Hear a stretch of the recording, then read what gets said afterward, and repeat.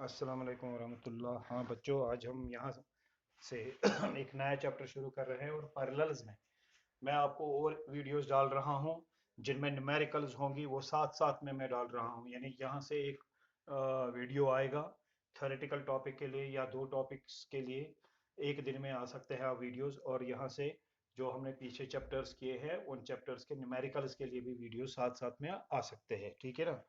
तो फिलहाल हम यहाँ पर जो magnetic effects of current and magnetism था उस चैप्टर को हमने कंप्लीट किया। उसमें मैंने कहा फेरोमैग्नेटिज्म, पैरामैग्नेटिज्म एंड डायमैग्नेटिज्म आपको रईस सर पढ़ाएंगे, क्योंकि उनको वो अपने एक टॉपिक में इस चैप्टर में आ ही जाता है केमिस्ट्री के। तो यहाँ पर हम अगर किसी को और भी उसमें कोई फिर मुझे पूछना हो तो फिर आप वो व्हाट्सअप कर सकते हैं या मुझे एसएमएस कर सकते हैं या फ़ोन भी कर सकते हैं उसके लिए। यहाँ पर हम शुरू कर रहे हैं इलेक्ट्रोमैग्नेटिक इंडक्शन। मैं शॉर्ट में लिखता हूँ EMI, ठीक है, electromagnetic induction. Now what is electromagnetic induction? Electromagnetic induction एक ऐसा फिनोमेना है, हम ये पढ़ भी चुके हैं। जो मैंने पार्क में दो तीन क्लासेस दिए थे, एक दो क्लासेस उसमें ये पढ़ चुके हम। लेकिन मैं ये नए सिरे से पढ़ा रहा हूँ क्योंकि उसमें बहुत सारे स्टूडेंट्स अब नहीं आए थे और बाकी सेंटर्स में भी हमारे जो स्टूडेंट्स हैं उनको भी इसको पढ़ना है, तो लिहाजा हम वीडियो बना रहे हैं। तो इलेक्ट्रोमैग्नेटिक इंडक्शन, हमारे पास जो चैप्टर है, लास्ट चैप्टर अब इस पेपर ए का, वो है electromagnetic induction and alternating currents. अब आप कहेंगे कि भाई इसमें एक और छोटा सा चैप्टर है इलेक्ट्रोमैग्नेटिक वेव्स, उसको हम यहाँ काउंट नहीं करते हैं क्योंकि वो ऑप्टिक्स के साथ पहले हम इलेक्ट्रोमैग्नेटिक वेव्स ही पढ़ लेते हैं। तो यहाँ पर फिलहाल हमारा जो इसका लास्ट चैप्टर है वो यही है, electromagnetic induction and alternating currents. यानी इस चैप्टर में दो सेक्शंस हैं, एक में इलेक्ट्रोमैग्नेटिक इंडक्शन पढ़ना है और दूसरे में अल्टरनेटिंग करंट पढ़ना है। अब इलेक्ट्रोमैग्नेटिक इंडक्शन जो है ये क्या है, मैं पहले भी बता चुका हूं और यहाँ पर भी मैं फिर से बताऊंगा कि देखिए, ऑरिस्टड ने हमें एक फिनोमिना डिस्कवर करके दिया था, फिनोमिना ऑफ इलेक्ट्रोमैग्नेटिज्म। यानी किस चीज को आपने फिनोमिना ऑफ इलेक्ट्रोमैग्नेटिज्म कहा? ऑरिस्टर ने कहा कि जब करंट किसी कंडक्टर में से पास होती है तो उसके इर्द गिर्द एक मैग्नेटिक फील्ड डेवलप होता है। मैग्नेटिक फील्ड को बनाना, प्रोड्यूस करना, due to the passage of current in a conductor, किसी कंडक्टर में से करंट पास होने की वजह से किसी कंडक्टर के इर्द गिर्द मैग्नेटिक फील्ड डेवलप करवाना, इस चीज को ही, इस फिनोमिना को ही हम इलेक्ट्रोमैग्नेटिज्म कहते हैं। और ध्यान में रहे, यहां पर हमने क्या किया, एक करंट पास करवाई। मान लीजिए एक सोलेनॉइड हमारे पास था जो आप पढ़ चुके हैं।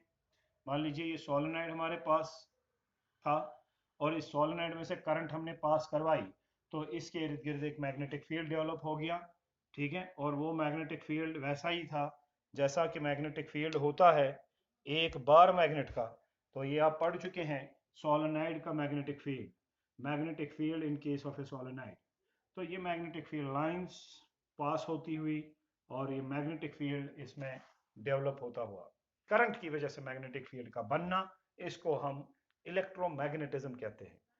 But scientists of that day, जो उस वक्त के साइंटिस्ट थे, they started, it was but natural that they should start looking for the reciprocal effects. ये बट नेचुरल था कि वो इसका रेसिप्रोकल यानी इसका रिवर्स फिनोमेना ढूंढने की उन्होंने कोशिश की। यानी इस फिनोमेना में, इलेक्ट्रोमैग्नेटिज्म में हमने क्या किया, इलेक्ट्रो, आप नाम ना भूल जाए इसलिए मैं यहां पर लिखता हूं, इलेक्ट्रोमैग्नेटिज्म में हमने क्या किया, इलेक्ट्रोमैग्नेटिज्म में हमने शाबाश करंट पास करवा के मैग्नेटिक फील्ड डेवलप करवाया। क्या हम मैग्नेटिक फील्ड की वजह से करंट एस्टैब्लिश करवा सकते हैं? यानी इसका उल्टा कर सकते हैं। शाबाश, फिर से सुनिए, यहां पास क्या करवाई, करंट, उसकी वजह से डेवलप क्या हो गया, मैग्नेटिक फील्ड। तो इसका रेसिप्रोकल क्या बनेगा, इसका उल्टा क्या बन सकता है, इसका उल्टा ये बन सकता है कि क्या हम मैग्नेटिक फील्ड की वजह से करंट एस्टैब्लिश करवा सकते हैं? जब करंट की वजह से मैग्नेटिक फील्ड बनता है, क्या मैग्नेटिक फील्ड की वजह से करंट बन सकती है? अगर मैग्नेटिक फील्ड की वजह से किसी कंडक्टर में, किसी कॉइल में करंट या किसी सर्किट में करंट एस्टैब्लिश करवाई जाए, तो फिर एक इसका रेसिप्रोकल फिनोमेना बनता है, यानी इसका अपोजिट फिनोमेना बनता है। यहां आपने करंट की वजह से मैग्नेटिक फील्ड डेवलप करवाया, अब आप क्या कोशिश कर रहे हैं, मैग्नेटिक फील्ड की वजह से करंट एस्टैब्लिश करवाना चाहते हैं किसी कॉइल में, तो उसको हम इलेक्ट्रोमैग्नेटिक इंडक्शन कहते हैं। मगर इस इलेक्ट्रोमैग्नेटिक इंडक्शन को मैं इस तरह से डिफाइन नहीं करूंगा कि ये एक ऐसा फिनोमेना है जिस फिनोमेना में एक करंट एस्टैब्लिश करवाई जाती है because of the magnetic field की मदद से नहीं, बल्कि इस इलेक्ट्रोमैग्नेटिक इंडक्शन को सही से डिफाइन करने के लिए हमारे पास पहले मैग्नेटिक फ्लक्स की नॉलेज होनी चाहिए। हमें पता होना चाहिए मैग्नेटिक फ्लक्स जैसी क्वांटिटी जो है वो क्या होती है। फिर फैराडे ने इस इलेक्ट्रोमैग्नेटिज्म के बदले इसका रेसिप्रोकल दे करके हमें जो फिनोमिना दिया, जिसमें हम मैग्नेटिक फील्ड की मदद से ही इलेक्ट्रिक करंट को एस्टेब्लिश करवाते हैं, यानी इलेक्ट्रोमैग्नेटिज्म का जो रेसिप्रोकल है वो हमें फैराडे ने बताया, और उस फिनोमेना को हमने इलेक्ट्रोमैग्नेटिक इंडक्शन कहा। लेकिन सही मानों में, सही लफ्जों में इसको कैसे डिफाइन किया जा सकता है, उसके लिए हमें पहले कुछ चीजें जाननी होगी। उनमें से एक चीज है इलेक्ट्रिक फ्लक्स, ये sorry magnetic flux.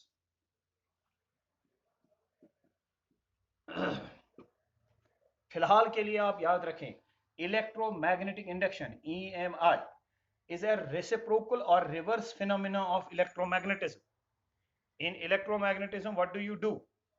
You pass a current through a coil or a circuit or a conductor, and what happens? A magnetic field is developed around that conductor.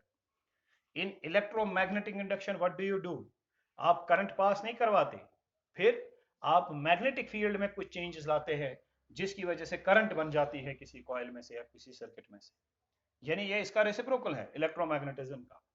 मगर मैं फिर से कहूंगा, इसकी जो सही अल्टीमेट डेफिनेशन है वो ये नहीं है जो उन्होंने बताई अभी, मगर फिलहाल समझने के लिए ये आपको आ गया कि ये इलेक्ट्रोमैग्नेटिक इंडक्शन जो है ये इलेक्ट्रोमैग्नेटिज्म का रेसिप्रोकल फिनोमेना है। इसमें आप मैग्नेटिक फील्ड डेवलप करते हैं करंट की वजह से, इसमें आप करंट एस्टेब्लिश करवाते हैं मैग्नेटिक फील्ड में कुछ चेंज देने की वजह से। फिर सही डेफिनेशन क्या है वो हमें बाद में पता चलेगी, जब पहले हम मैग्नेटिक फ्लक्स समझेंगे। तो मैग्नेटिक फ्लक्स क्या क्वांटिटी है? देखिए, मैग्नेटिक फ्लक्स इलेक्ट्रिक फ्लक्स की तरह है। यानी इलेक्ट्रिक फ्लक्स क्या होता है, आप जानते हैं कि किसी सरफेस पे अगर आपको देखना है इलेक्ट्रिक फ्लक्स, तो आप इस तरह से समझ लेते हैं, आप कहते हैं it is the number of field lines crossing perpendicular to that surface, ठीक है ना। तो इसी तरह से इलेक्ट्रिक फ्लक्स जो होता है, इलेक्ट्रिक फ्लक्स में भी यही ऐसे ही डिफाइन हम इलेक्ट्रिक इस मैग्नेटिक फ्लक्स जो है, मैग्नेटिक फ्लक्स को भी हम इसी तरह से डिफाइन करते हैं। देखिए, मैग्नेटिक फ्लक्स, आप इलेक्ट्रिक फ्लक्स को डिनोट कर सकते हैं, डिनोट करते हैं एक सिंबल से, और उस सिंबल है ये फाई। इलेक्ट्रिक फ्लक्स और मैग्नेटिक फ्लक्स कभी कभी दोनों एक साथ देखने को मिलते हैं, तो हम सिंबल्स को इस तरह से लिखते हैं, phi E for electric flux, phi B for magnetic flux. अगर हम फाई बी लिखते हैं, बी का मतलब मैग्नेटिक फील्ड होता है, और ये मैग्नेटिक फ्लक्स का सिंबल बनता है, ये इलेक्ट्रिक फ्लक्स का सिंबल बनता है। अब हम डेफिनेशन में जाते हैं। What is magnetic flux? Magnetic flux is magnetic flux crossing a given surface. मान लीजिए मेरे पास ये सरफेस एक है, ठीक है ना, और इस सरफेस पे मुझे बताना है what is the magnetic flux. तो मुझे देखना है जो मैग्नेटिक फील्ड लाइंस कहीं से आ रही हैं और इस सरफेस को क्रॉस कर रही हैं, the number of field lines crossing perpendicular to this surface. जो नंबर ऑफ फील्ड लाइंस इस सरफेस को perpendicular to the plane of this surface cross कर रही हैं, वही है मैग्नेटिक फ्लक्स। मतलब मैं इस तरह से समझाता हूँ 2 मिनट के लिए, ये हालांकि बिल्कुल एक मैथमेटिकल वे नहीं है, तरीका नहीं है, लेकिन हाँ, समझाने के लिए हम इसको यूज कर सकते हैं। अगर आप देखें तो इस सरफेस में कितनी फील्ड लाइंस इस वक्त क्रॉस कर रही हैं? ये कौन सी फील्ड लाइंस है? मैग्नेटिक फील्ड लाइंस, ठीक है ना। ये सरफेस है हमारी, इस सरफेस का कोई एरिया है, ये जो मैंने एक रेक्टेंगुलर सरफेस बनाई। तो अगर ये सरफेस है, मान लीजिए ये सरफेस क्या है, ये एक मेरा ये मोबाइल फोन है, ये है सरफेस, और यहाँ से ये सरफेस है, ये इस तरह से सरफेस है, और यहाँ से फील्ड लाइंस क्रॉस कर रही हैं ऐसे, ये फील्ड लाइंस क्रॉस कर रही हैं ऐसे ऐसे ऐसे हर पॉइंट पर। तो बहुत सारी फील्ड लाइनें जिसको क्रॉस करेंगी। तो हमें क्या देखना है, इसी तरह मैंने ये सरफेस रखी हुई है और ये फील्ड लाइन जिसको क्रॉस कर रही है, मगर ये field lines perpendicular to the surface cross कर रही है। अब आप कहेंगे कोई फील्ड लाइन ऐसे क्रॉस करेगी, उसको हम फिलहाल काउंट नहीं करेंगे। तो ये फील्ड लाइन जो क्रॉस कर रही है परपेंडिकुलर टू द सरफेस, इनकी तादाद कितनी है, the number of field lines, आप इसको नोट भी कर सकते हैं, the number of field lines crossing पर crossing a given surface perpendicular to the surface. वो नंबर ऑफ फील्ड लाइंस जो एक सरफेस को क्रॉस कर रही हो परपेंडिकुलर टू दैट सरफेस, उनको हम कहेंगे कि ये भाई इसका मैग्नेटिक फ्लक्स है। अब मान लीजिए मैं यही सरफेस जो है, ये सरफेस जो है ये यहां पर है, सरफेस का साइज एरिया वगैरह सेम है, इसको हम चेंज नहीं कर रहे हैं।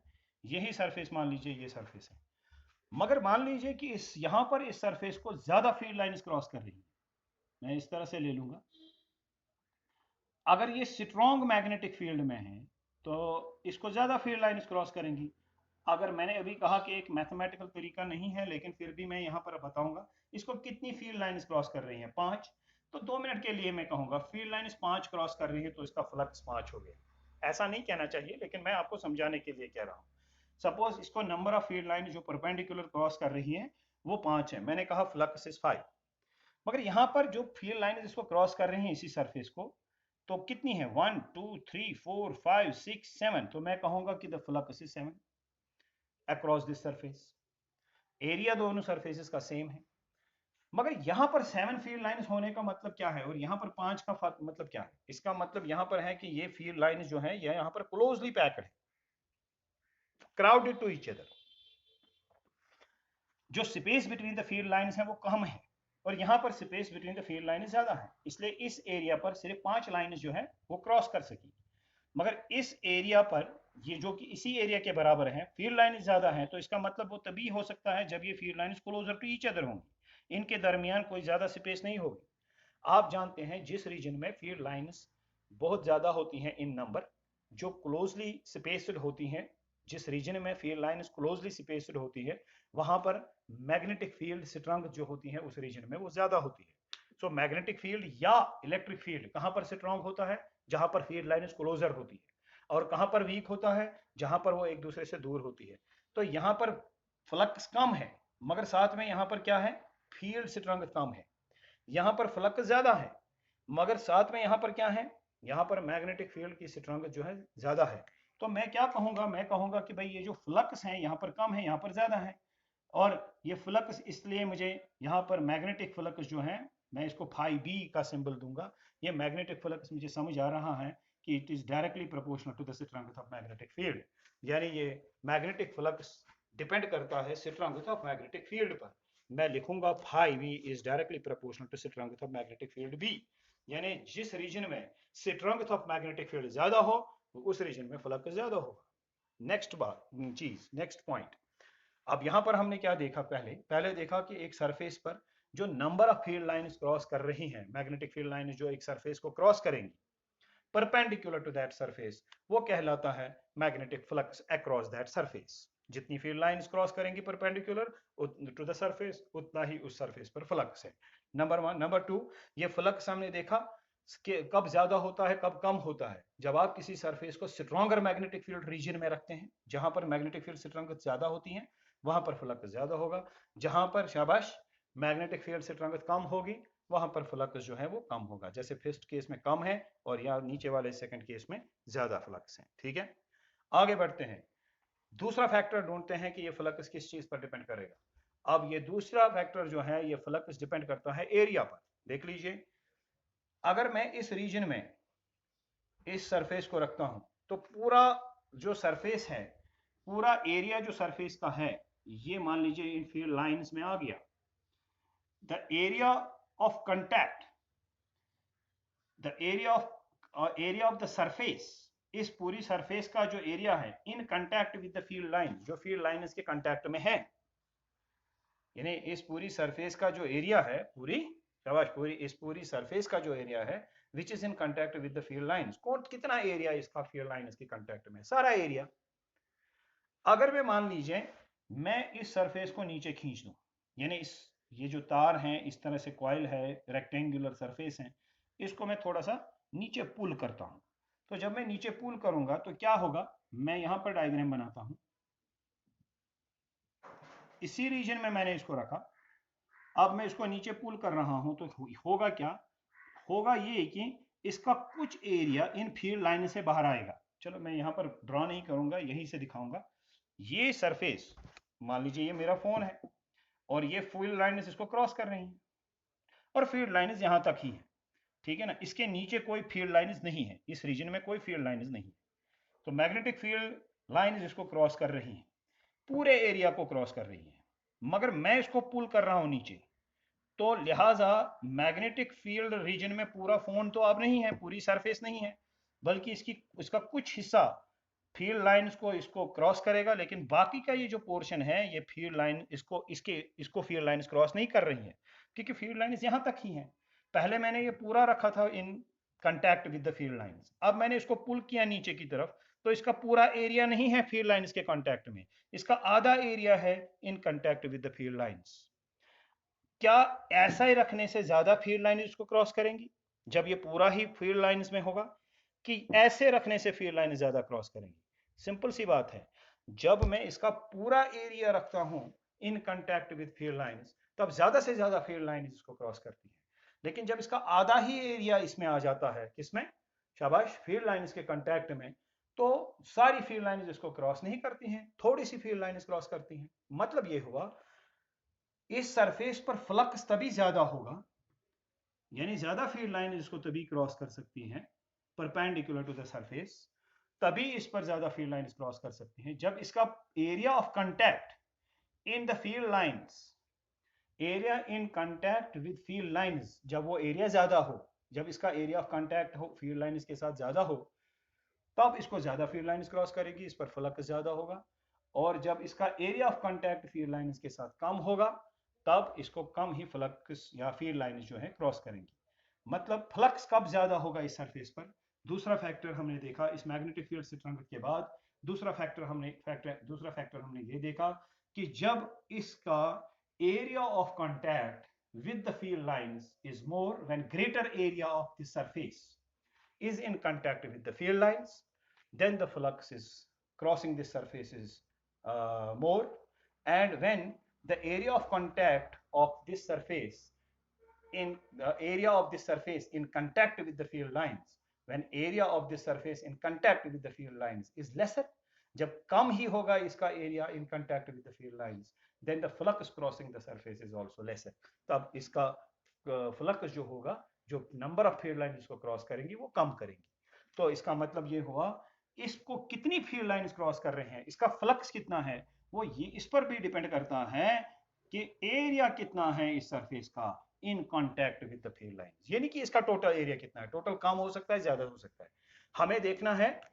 शाबाश, मान लीजिए आपके पास ये पूरा बोर्ड है, मगर इसके एक छोटे रीजन को, इतने एरिया को फील्ड लाइंस क्रॉस कर रही है, तो area in contact with the field lines कितना है, इतना सा। मगर पूरी सरफेस का, पूरे बोर्ड का एरिया इससे बड़ा है, हमें पूरे से कुछ नहीं है, हमें देखना है कि कितना एरिया आ रहा है कांटेक्ट में, किसके साथ, फील्ड लाइंस के साथ। इस सरफेस का पूरा एरिया आ रहा है इस वक्त इन contact with the field lines, लेकिन जब मैं इसको नीचे से खींचूंगा, नीचे करूंगा थोड़ा सा, आधी सरफेस फील्ड में रहेगी, आधी बाहर। तो इसका मतलब यह हुआ तब पूरा एरिया नहीं आएगा सरफेस का इन contact with the field lines, तब उसका फ्लक्स जो है, इस सरफेस पर जो फ्लक्स होगा वो कम होगा। तो लिहाजा magnetic flux crossing a given surface depends upon the area of the surface in contact with the field lines, area of the surface in contact with the field lines. फिर तीसरी बात, मैं इसको अलग से तरीके से समझाता हूं आपको, वो ये है कि देखिए, अगर यहां से फील्ड लाइंस आ रही हैं, ये जो मेरी उंगलियां हैं, ये समझ लीजिए ये फील्ड लाइंस हैं, और सारी फील्ड लाइंस एक दूसरे के पैरेलल मान लीजिए, इस तरह से फील्ड लाइंस आ रही हैं, ठीक है। और मैंने एक सरफेस रखी हुई है, ये जैसे मेरा फोन है, ठीक है ना। अब ये फील्ड लाइंस आ रही हैं लाइक दिस, एंड ये इसको क्रॉस कर रही है। समझ लीजिए कि अगर मैं इस सरफेस को ऐसे रखता हूं, या ऐसे रखता हूं, या ऐसे रखता हूं, मैं इसको डिफरेंट एंगल्स पर रख सकता हूं। मैं इस सरफेस को ऐसे रख सकता हूं, मैं इसको थोड़ा सा टिल्टेड रख सकता हूं, मैं इसको ऐसे रख सकता हूं। तो क्या हर बार इसको same number of field lines cross करेंगी? नहीं। जब ये ऐसे होगा, जब ये सरफेस परपेंडिकुलर होगी टू द फील्ड लाइंस, तो ज्यादा से ज्यादा फील्ड लाइंस इसको क्रॉस कर सकती हैं। मगर जब मैं सरफेस को घुमाऊंगा तो कुछ फील्ड लाइंस यहां से निकल जाएंगी जो इसको क्रॉस नहीं करेंगी। जब मैं इसको ऐसे रखूंगा तो कुछ फील्ड लाइंस या बहुत सारी field lines, maximum field lines इसको क्रॉस करे बगैर पास हो जाएंगी। अब ये सिर्फ इसका मतलब ये है कि ये सिर्फ इस पर नहीं डिपेंड करता है कि स्ट्रेंथ ऑफ मैग्नेटिक फील्ड कितनी है। फ्लक्स इस पर भी सिर्फ डिपेंड नहीं करता है कि एरिया कितना है, एरिया तो मैंने उतना ही रहने दिया, ठीक है ना। अब ये इस पर भी डिपेंड करता है कि इस सरफेस की ओरिएंटेशन कैसी है, आपने इसको कैसे रखा हुआ है, ठीक है ना। इस ओरिएंटेशन को डिफाइन करने के लिए, समझने के लिए और एक्सप्रेस करने के लिए हम क्या करते हैं, हम इस एरिया पर एक वेक्टर डालते हैं, एरिया वेक्टर, ठीक है कि नहीं। एक normal perpendicular to the surface called normal to the surface, यानी एक यूनिट वेक्टर के जरिए हम रिप्रेजेंट करेंगे। मान लीजिए ये यूनिट वेक्टर यहां पर है, एक वेक्टर मैंने डाल दिया है यूनिट वेक्टर n, मगर वो यूनिट वेक्टर क्या है, वो नॉर्मल है टू द सरफेस, वो इस सरफेस के साथ क्या बनेगा, परपेंडिकुलर रहेगा, 90 डिग्रीज बनाएगा। अब देख लीजिए, अगर मैंने इस सरफेस पर नॉर्मल डाल दिया है, 2 मिनट के लिए नॉर्मल ही समझ लीजिए इसको, अगर मैंने इस पर नॉर्मल डाल दिया है और वो नॉर्मल ये है, ये पेन, ये नॉर्मल है, नॉर्मल टू द सरफेस। अब जो फील्ड लाइन जहां जा रही हैं, जो फील्ड लाइन इस पॉइंट तक आ रही है जिस पॉइंट पर मैंने नॉर्मल डाल दिया, देखिए बहुत सारी फील्ड लाइंस हैं और मैं एक फील्ड लाइन समझ सकता हूं या उसको कंसिडर कर सकता हूं, वो वाली जो जो इन सारी फील्ड लाइंस में से वो वाली फील्ड लाइन जो इस पॉइंट तक पहुंची। अब जो फील्ड लाइन यहां तक पहुंची वो निकली यहां से क्रॉस करके, उसने इस नॉर्मल के साथ क्या एंगल बनाया, जीरो। तो जब डायरेक्शन ऑफ मैग्नेटिक फील्ड इस नॉर्मल के साथ जीरो एंगल बनाए, तब पॉसिबिलिटी है कि ज्यादा फ्लक्स इसको क्रॉस करता है, क्योंकि तब ये सरफेस इस तरह है। अगर मैं इसको इस तरह रखता हूं, इस पोजीशन में क्या पॉसिबिलिटी है, ज्यादा फील्ड लाइन इसको क्रॉस नहीं करेंगी, कुछ यहां से कुछ यहां से निकल जाएंगी। लेकिन अगर मैं इस पोजीशन में देखूं कि मैग्नेट फील्ड लाइन जो है, मैग्नेटिक फील्ड लाइन, किसी भी मैग्नेटिक फील्ड लाइन ने इस नॉर्मल के साथ क्या एंगल बनाया इस पॉइंट पर, तो आप देखेंगे अगर मैं एक फील्ड लाइन को यहां से कंसिडर करूंगा तो वो फील्ड लाइन यहां से जाएगी, मगर इस नॉर्मल के साथ वो क्या एंगल बनाएगी, 90 डिग्रीज। तो जब angle between the direction of magnetic field and the normal, समझ लीजिए, the when the angle between the direction of magnetic field and the normal, when this angle is 0, the flux is maximum.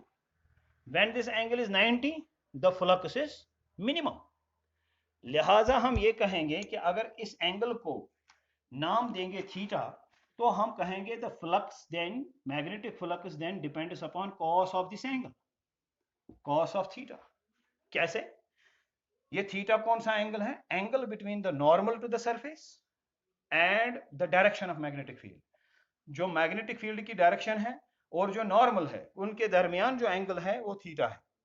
जब ये theta zero होता है तो flux maximum होता है, तो ये कॉस पर डिपेंड करेगा, क्योंकि कॉस जीरो के वक्त ही कॉस मैक्सिमम होता है, कॉस जीरो इज 1, कॉस का मैक्सिमम वैल्यू क्या है, 1। वो उसको तब कब मिलता है, व्हेन एंगल इज जीरो।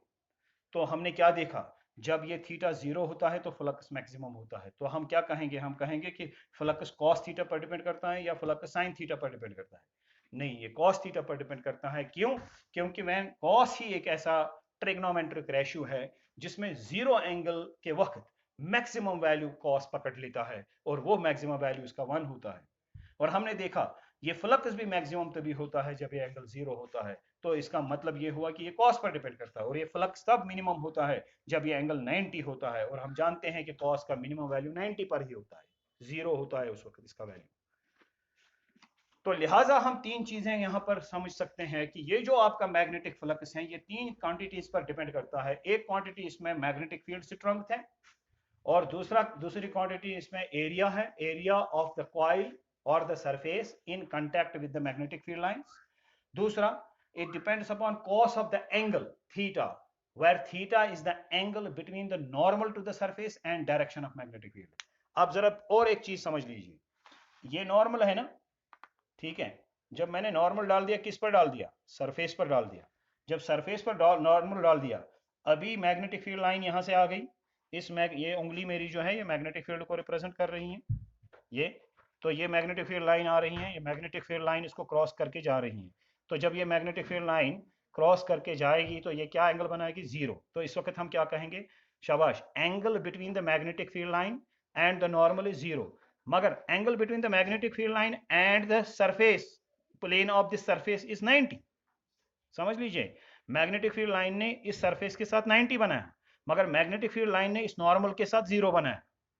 जब मैग्नेटिक फील्ड लाइन नॉर्मल के साथ जीरो बनाती हैं, उस वक्त ये मैग्नेटिक फील्ड लाइन इस सरफेस के साथ क्या बनाती हैं, 90 बनाती हैं।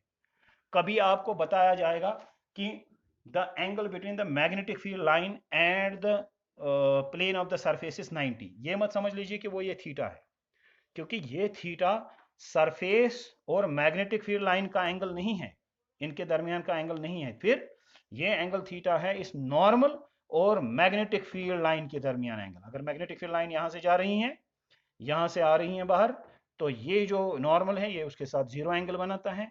मगर मैग्नेटिक फील्ड लाइन अगर यहां से जा रही है, यहां से बाहर आ रही है, तो ये सरफेस उसके साथ 90 बना रही है। So while surface makes 90 degrees with the magnetic field, with the direction of the magnetic field, तो सरफेस 90 बना रही है, but the normal to the surface makes zero angle. आई बात समझ में। इसी तरह से अगर मैं ये ऐसे रखता हूं, तो अभी मैग्नेटिक फील्ड लाइन यहां से जाएगी, तो मैग्नेटिक फील्ड लाइन यहां से जाएगी, तो मैग्नेटिक फील्ड लाइन ये इस नॉर्मल के साथ क्या बनाती है, 90। मगर वो मैग्नेटिक फील्ड लाइन इस प्लेन के साथ क्या बनाएगी, इस सरफेस के प्लेन के साथ क्या बनाएगी, जीरो। बिकॉज ये जो सरफेस है ये पर उसके ऊपर से जा रही है, पैरेलल टू द सरफेस जा रही है। सो इस वक्त मैग्नेटिक फील्ड लाइन जो है make zero angle with the plane of the surface, but make 90 degrees with the normal to the surface. तो याद रखा हमने, जब ये एंगल थीटा जीरो होता है, इसका मतलब है कि नॉर्मल और डायरेक्शन ऑफ मैग्नेटिक फील्ड के दरमियान जो एंगल है थीटा, वो जीरो है। फिर से सुनिए, डायरेक्शन ऑफ मैग्नेटिक फील्ड और नॉर्मल के दरमियान जो एंगल है वो जीरो है, मगर सरफेस और मैग्नेटिक फील्ड लाइन के दरमियान जो उस वक्त एंगल होता है वो जीरो नहीं होता, वो उस वक्त 90 होता है। और जब हम कहेंगे कि ये थीटा 90 है, इसका मतलब है डायरेक्शन ऑफ मैग्नेटिक फील्ड और नॉर्मल उनके दरमियान जो एंगल है वो 90 है, मगर उस वक्त जो सरफेस और डायरेक्शन ऑफ मैग्नेटिक फील्ड के दरमियान एंगल होता है वो जीरो होता है। ठीक है, तो ये तीन क्वांटिटीज पर हमने देखा कि ये मैग्नेटिक फील्ड जो है डिपेंड करता है।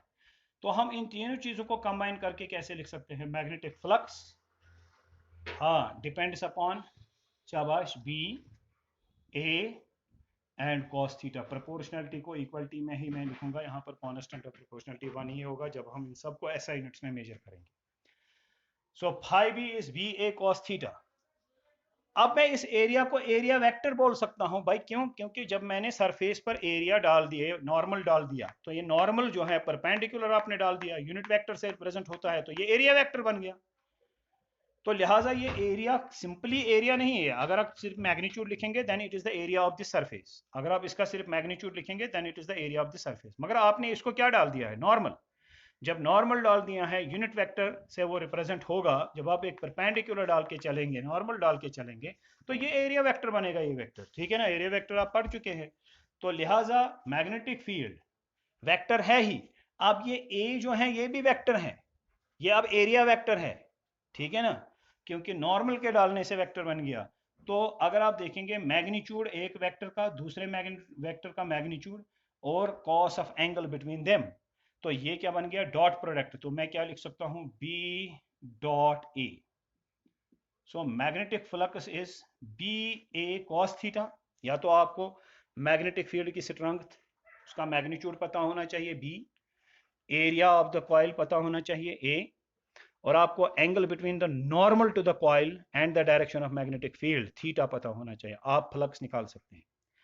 अगर वेक्टर फॉर्म में पता है बी और ए, उनका डॉट प्रोडक्ट निकालिए, आपको फ्लक्स मिलेगा, ठीक है ना। तो ये दोनों एक्सप्रेशन हम यूज कर सकते हैं, मगर डॉट प्रोडक्ट होने की वजह से ये समझ में आ जाता है कि magnetic flux is a scalar quantity. अब ये स्केलर क्वांटिटी है तो इसका यूनिट क्या है, यूनिट है मैग्नेटिक फील्ड बी का यूनिट क्या है, वेबर पर मीटर स्क्वायर, लिखिए weber per metre square. Area का ऐसा यूनिट क्या है, मीटर स्क्वायर, लिखिए मीटर स्क्वायर। कॉस थीटा एक प्योर रेशियो है, तो रेशियो इसका कोई यूनिट नहीं है, तो ये और ये तो कैंसिल ही होंगे, तो क्या मिला, वेबर्स। तो मैग्नेटिक फ्लक्स का सिंपल सा यूनिट आपको मिलता है, व्हाट, वेबर। ठीक है ना, तो weber is the SI unit for magnetic flux. ठीक, so what is magnetic flux? The number of magnetic field lines crossing a surface perpendicular to that surface. अब एक क्वेश्चन रेज हो सकता है किसी के दिमाग में, भाई अगर एक फील्ड लाइन क्रॉस करें मगर not perpendicular to the surface, मतलब ये सरफेस है ऐसे, तो ये ऐसे फील्ड लाइन होगी, ठीक है ना, तो क्या आप कह सकते हैं यहाँ पर इसको काउंट किया जाएगा मैग्नेटिक फ्लक्स में, अगर ऐसे कुछ नहीं, फिलहाल तो इस जनरल केस में आप इसको नहीं रखेंगे, वरना इसके कंपोनेंट्स हमें पता लगाने होंगे। यहाँ से एक कंपोनेंट आएगा, ये एक रेक्टेंगुलर कंपोनेंट्स इसके आएंगे, तो फिर वो कंपोनेंट इसमें फिर भी आपको वही कॉस थीटा मिलेगा। लेकिन फिलहाल आप डेफिनेशन में, ये हम आगे भी देखेंगे, तो डेफिनेशन में आप फिलहाल इस सिंपल से पहले लेक्चर में आप यही याद रखेंगे कि मैग्नेटिक फ्लक्स जो है ये एक स्केलर क्वांटिटी है, और जो number of field lines cross करते हैं किसी सरफेस को परपेंडिकुलर टू दैट सरफेस, उसको फ्लक्स कहते हैं। और ये किसके बराबर होता है, बी ए कॉस थीटा। फिर से सुनिए, B is the strength of magnetic field, A is the area of the coil in contact और area of the surface in contact with the magnetic field lines, theta is the angle between the direction of magnetic field and normal to the surface. ठीक है ना, तो ये इस तरीके से, and Weber's इसके ऐसा यूनिट्स हैं। इस इंट्रोडक्टरी लेक्चर में इतना ही, थैंक यू वेरी मच।